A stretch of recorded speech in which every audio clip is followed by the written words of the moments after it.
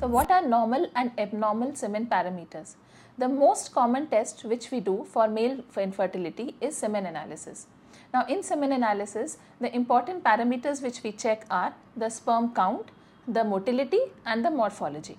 So first is the count. The sperm count should be at least 16 million per ml. That's the cutoff. So if the count is lesser than 16 million per ml, it is known as oligozoospermia. Second is the motility. So the total motility should be at least 42%. The progressive motility should be at least 30%.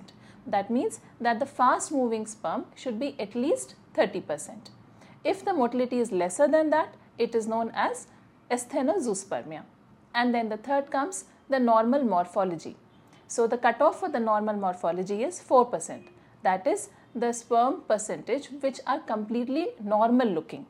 So if the sperm morphology is less than 4%, it is called as teratozoospermia.